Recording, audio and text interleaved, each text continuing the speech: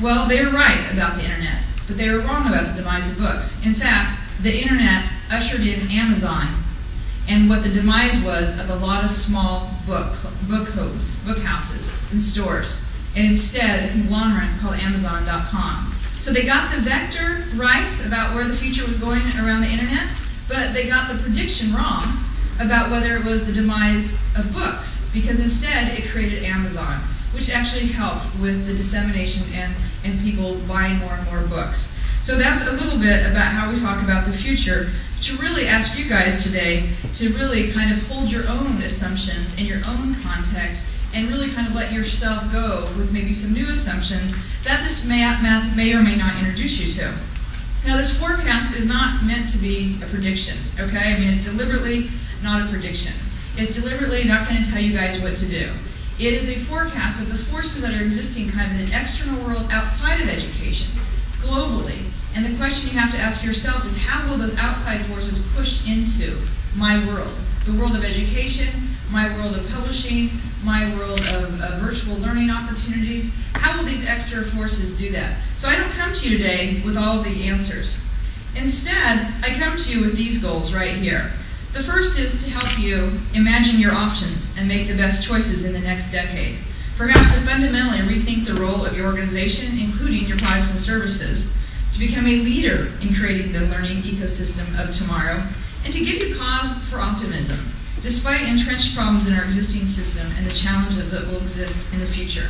Now, some of the language on the map is deliberately kind of pithy or odd as a way to try to be provocative. At the same time, I also, try to kind of bring it down, so sometimes it doesn't sound quite as sexy and cutting edge.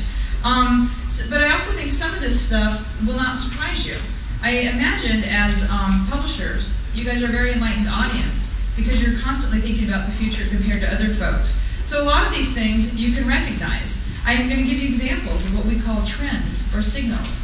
And that is because the future, as William Gibson says, is here. It's just unevenly distributed. And so again, we have to kind of change the lens at which we're looking through. And so what we're saying here is that these things are happening in pockets. There's just not a tipping point. And where and how do we make that tipping point? So essentially, when we had our 2006 map of future forces that Doug had first seen and that Bernice helped us with, it highlighted the shift from the culture of consumption to the importance of participation and contribution in a world characterized by personal and collaborative media, smart networks, and the creation of value through grassroots economics, which is a bottom-up, transparent organizational process. Now, the 2020 forecast highlights how these trends are intensifying. We are moving towards a culture of creation. That is, creation emerges as the powerful, multifaceted, bottom-up force that will take control for 2020. The 2020 forecast envisions a world where bottom-up, collaborative, innovative capabilities give us the means not just to participate in a new way, but to recreate nearly everything. Participants connect and analyze, but creators in this forecast shape and transform the world. This is the central story of the forecast and why it's called Creating the Future of Education, or an alternative name that we had in the beginning was Remaking Learning.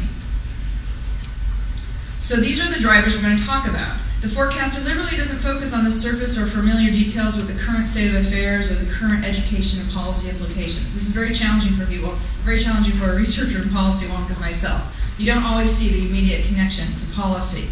Instead, we focus on these deeper trends and the big drivers that's going to affect our lives. These drivers will impact 6 areas, starting with the self. So we're going to talk a little bit from this little self in the corner all the way out to kind of we're going to start with the smallest unit of analysis, the narrowest, and go to the broader, which is knowledge. So we're going to talk about these 6 impact areas. What will the relationship with our bodies and our minds be? We call that driver altered bodies. What will our relationship with organizations be? We call that amplified organizations. What's our relationship with systems, which we will call platforms for resilience? What's our relationship with society, which we will call a new civic discourse? What is our relationship with the economy? And we will call that the maker economy. And what is our relationship with knowledge that exists within the whole? And we call that pattern recognition. So we're going to talk about this in the order that you see this here. And this is exactly how the map is designed when you actually get one in your hand. So this really kind of takes you through the print piece itself. So here's a couple of questions that we look at right here to start inviting you to think about what this will mean in the ways in which we interact with your products, your services, your clients, and really education or learning at large. So the questions here are just a starting point for us. Will you still be you if your body is altered? We're going to talk about that. How will amplified organizations enlarge our individual impacts? How will we transform or recreate systems or ourselves? How will civil society shape the world? How will you make? What will you make? And how will we make sense of all the knowledge and information available to us in this knowledge-saturated world? So, we're going to start with the simplest, the narrowest unit of analysis, our bodies. So, in the next decade, and this is so very relevant to the work you guys are doing, the body is going to be the center of many debates. And I'm not talking about stem cell research and that kind of work. We're going to see more experimentation focused on our conceptions of human performance, including our standards of what normal, quote-unquote, is, and the acceptance of cognitive modifications, as well as how our bodies respond to threats from the environment, which we call biodistress. With an ever-increasing focus and pressure on performance, we're going to be deliberately, purposefully altering or modifying our brains through multiple means: medication, brain fitness, exercise, and digital media. Has anybody ever heard of a drug called Provigel? And if so, I will instantly know you're a narcoleptic.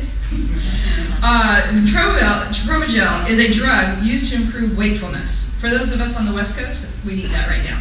I heard the other guy at 4:45 in the morning. I've been here for 2 days. I live in San Francisco. No clue what time zone I'm on. So, but basically, it's used for narcolepsy to keep them awake. However, individuals have begun to use this as a way to work 24/7, quite literally.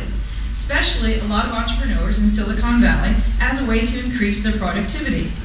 This does not have any research right now which shows long-term effects, so people are like, hand it over to me, let me use it. I got a deadline, got 3 days where I can work 24/7. I needed it this week. But a more common example is Adderall, or Ritalin, which is commonly known on campuses as Addy. It's become the most popular study drug on college campuses around the country.